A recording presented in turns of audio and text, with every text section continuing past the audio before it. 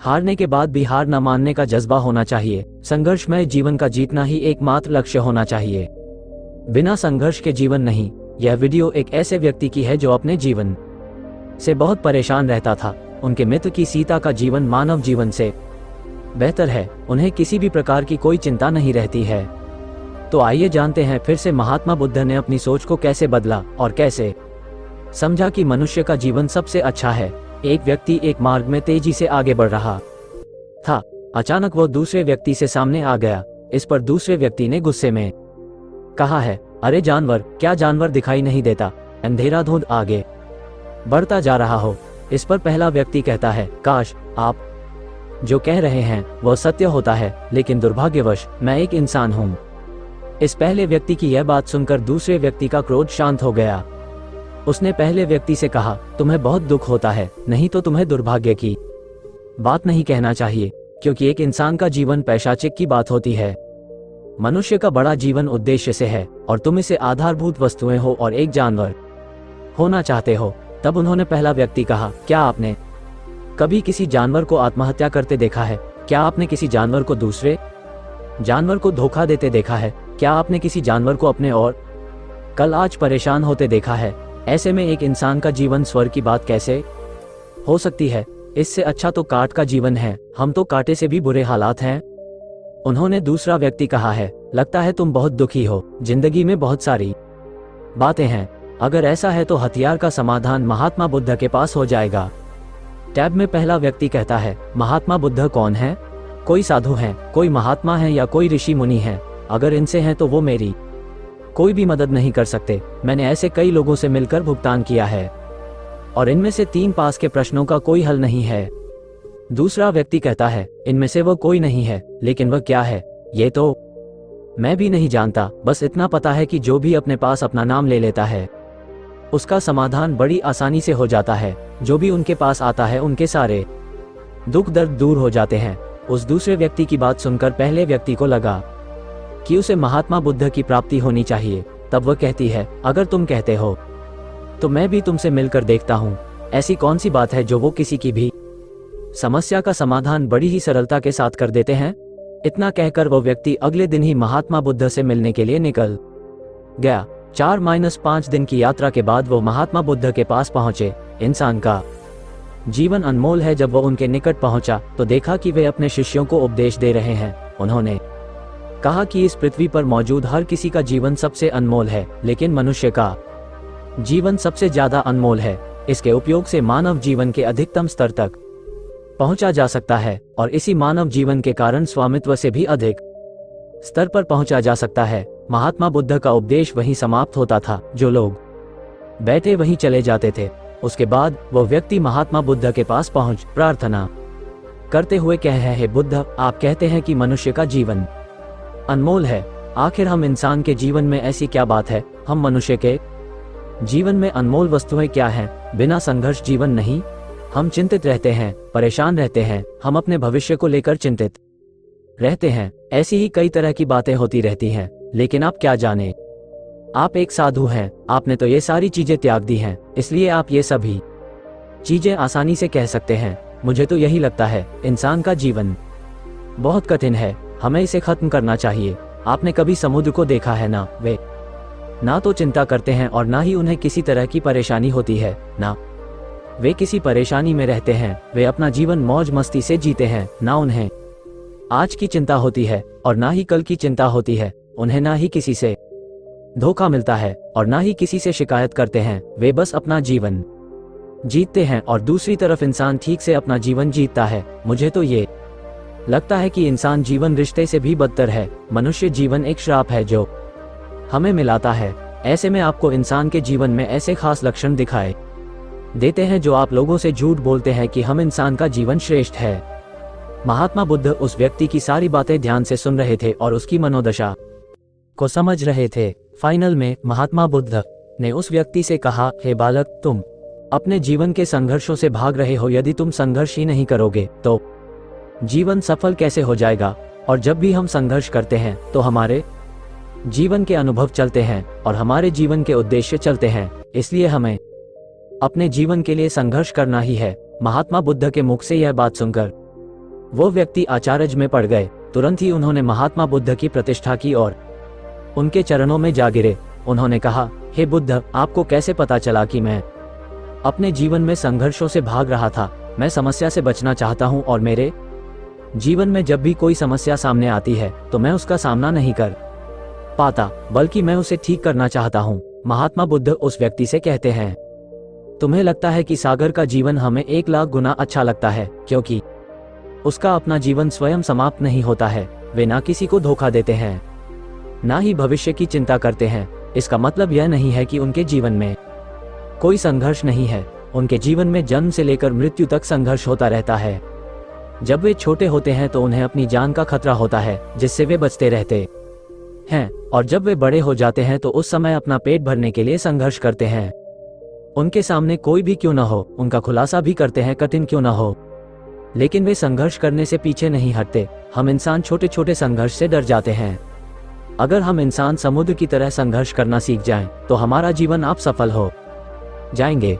अगर कोई इंसान अपने जीवन में इतना संघर्ष कर ले तो जो चाहे वो हासिल कर सकता है, जबकि इतना संघर्ष करने के बाद भी कोई जानवर अपने जीवन में कुछ नहीं कर पाता है। दुनिया का एक बहुत बड़ा सच ये भी है, बिना संघर्ष जीवन नहीं। बुद्ध ने कहा था, बिना संघर्ष के जीवन चल ही नहीं सकता। वह राजा हो या भिखारी, प्रत्येक व्यक्ति के जीवन में संघर्ष तो वही होता है जो भी संघर्ष के विरुद्ध कठिन परिश्रम करता है।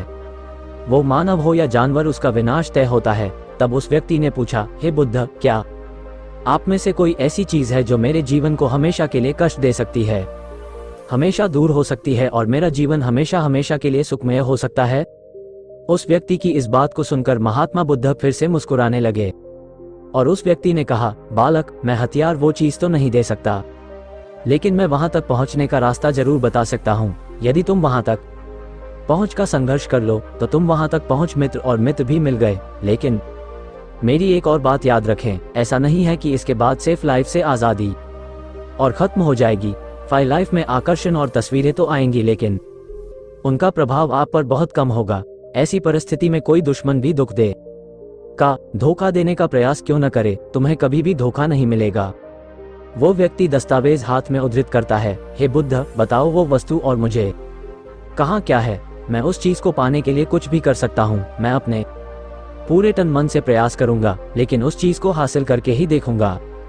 महात्मा बुद्ध कहते हैं, सोच लो, बच्चा एक बार उस रास्ते पर टहलने के लिए चला गया तो उस पर ही रहना होगा जब तक तुम अपनी मंजिल को पा नहीं पाओगे, और यह यात्रा अत्यंत संघर्षों से भरी होगी। क्या अब भी तुम अपनी मंजिल को पाना चाहते हो? तब वो व्यक्ति कहता है, तुम मुझे मार्ग बताओ, मैं उस मार्ग पर चलूंगा। मैं अपनी अंतिम सांस तक संघर्ष करूंगा और वो चीज हासिल करके ही दम लूंगा। महात्मा बुद्ध ने कहा था, उस चीज का नाम शांति है जो उसके मन के भीतर है। हमारे मन की गहराइयों में शांति की स्थापना होगी। हमारे मन की गहराइयों में उस शांति की स्थापना होगी। उस के लिए संघर्ष करना होगा।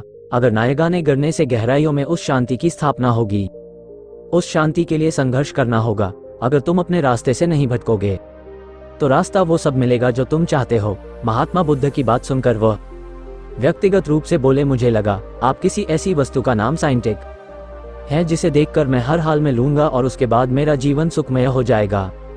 वो व्यक्ति कहता है, इस दुनिया में ऐसी कोई चीज नहीं जो ढूंढी नहीं गई हो और ढूंढी नहीं जा सकती, लेकिन मैं अपने मन के अंदर कैसे जा सकता हूँ? वहां जाने का कोई रास्ता नहीं है और वहां तक कोई सवारी नहीं जाती है। फिर कुछ तर्क के बाद वो व्यक्तिगत रूप से कहते हैं, हे बुद्ध, आप मुझे बताएं कि मैं उस मार्ग पर कैसे पहुंच सकता हूं जो आपके मन की गहराइयों में शांति को खोज सके। इस दुनिया में सबसे शक्तिशाली क्या है? महात्मा बुद्ध उस व्यक्ति से मार्केट में है। क्या दुनिया महात्मा बुद्ध उस व्यक्ति से मार्केट में है? क्या दुनिया में सबसे शक्तिशाली क्या है? टैब में उनका कहना है, सबसे शक्तिशाली अमीर व्यक्ति के पास बच्चे हैं और उन्हें किसी बात की कोई चिंता नहीं है। तब महात्मा बुद्ध उस व्यक्ति से कहते हैं, इस दुनिया में सबसे शक्तिशाली इच्छा है। ख्वाहिश ही इस दुनिया को चला रही है। जो कोई भी काम कर रहा है वो सब उसकी ख्वाहिश का नतीजा है। एक चाहत वही होती है जिसे कोई अपनी मंजिल तक पहुंचा सकता है, और एक चाहत वही होती है जिसे कोई अपनी मंजिल तक पहुंचा सकता है। इस दुनिया में जो भी आए, जहां भी हो, जिस हालात भी हो, उसकी चाहत के अनुसार ही है। फिर महात्मा बुद्ध कहते हैं, मनुष्य अपने वैषम्य पर अपने जीवन में कुछ भी कर सकता है, लेकिन एक सत्य ये भी है कि मनुष्य अपने वैषम्य पर पूरी तरह से नियंत्रण नहीं कर पाता है। इसलिए उसके जीवन में वो सभी रेशेबानियां रहती है जो उसे नहीं मिलती। मन की बुरी इच्छाएं हमें बुरे विचारों की दिशा में खींचती हैं और अच्छी इच्छाएं हमें बुरे विचारों की दिशा में खींचती हैं। हमारे जीवन में हमें क्या करना चाहिए, ये केवल हम अपनी इच्छा से ही निर्धारित कर सकते हैं। मन को शांति कैसे मिले? तब वो व्यक्ति कहता है, क्या मैं यह इच्छा रखता हूं कि मुझे मेरे मन के अंदर की शांति मिल जाए, तो क्या वो मुझे मिल जाए? बुद्ध बोले, हे बालक, इस दुनिया में सबसे ताकतवर चीज की इच्छा है, लेकिन इंसान ना जाने क्यों अपने जीवन में तरह तरह की इच्छाएं पालता है, लेकिन उसकी सारी इच्छाएं पूरी नहीं होती हैं, क्योंकि वो इच्छा पूरी करने के लिए होती है एक और वस्तु की आवश्यकता बेकार है, और एक वस्तु की कर्म मनुष्य के जीवन में सदैव बनी रहती है। तुम्हें इसके बारे में क्या पता है?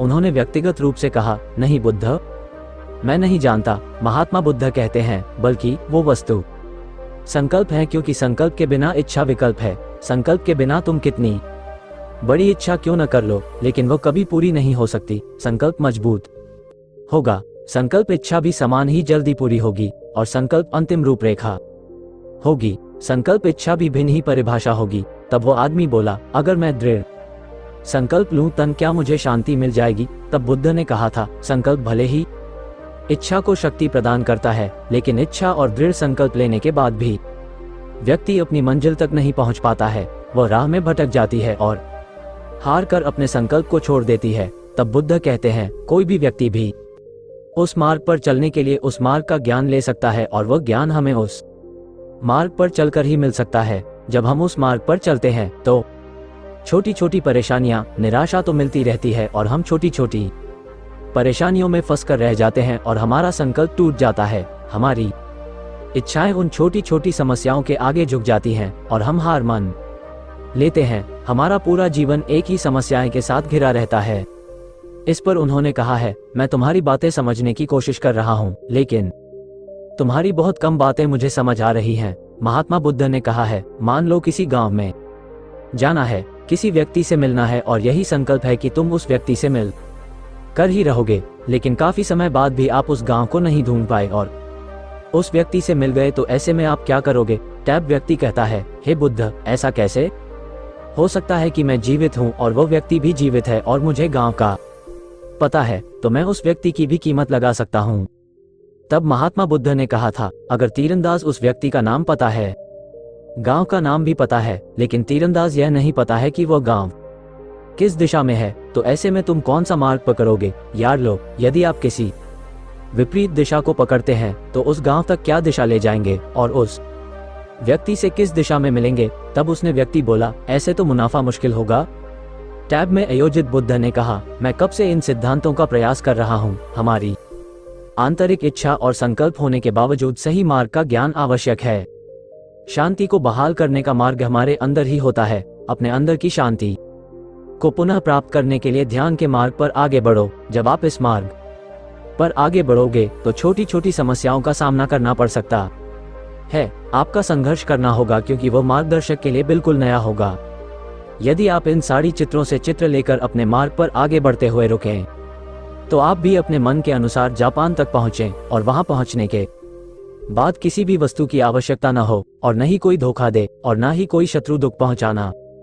फिर महात्मा बुद्ध ने कुछ देर मौन निवास के बारे में कहा है। जब तुम अपने मन की शांति प्राप्त कर लोगे तो एक जानवर तो नहीं रहोगे, लेकिन पंख भी आज और कल की चिंता नहीं सताओगे। तुम तो बस अपने शांति में मगन रह जाओगे। हमारे आसपास ऐसे बहुत से लोग होते हैं जो कई सारी समस्याओं से जूझते रहते हैं और थक कर हार कर आत्महत्या करने का प्रयास करते हैं। इससे हमें ये सिखाएं कि मनुष्य का जीवन मूल्य कितना होता है, और हमें अपने जीवन का मूल्य बताना चाहिए। कर आत्महत्या करने का प्रयास करते हैं। इससे हमें ये सिखाएं कि मनुष्य का जीवन मूल्य कितना होता है, और हमें अपने जीवन का मूल्य बताना चाहिए। आशा है आपको हमारी प्रेरक हिंदी वीडियो बिना संघर्ष के जीवन नहीं, महात्मा बुद्ध का ज्ञान पसंद आएगी।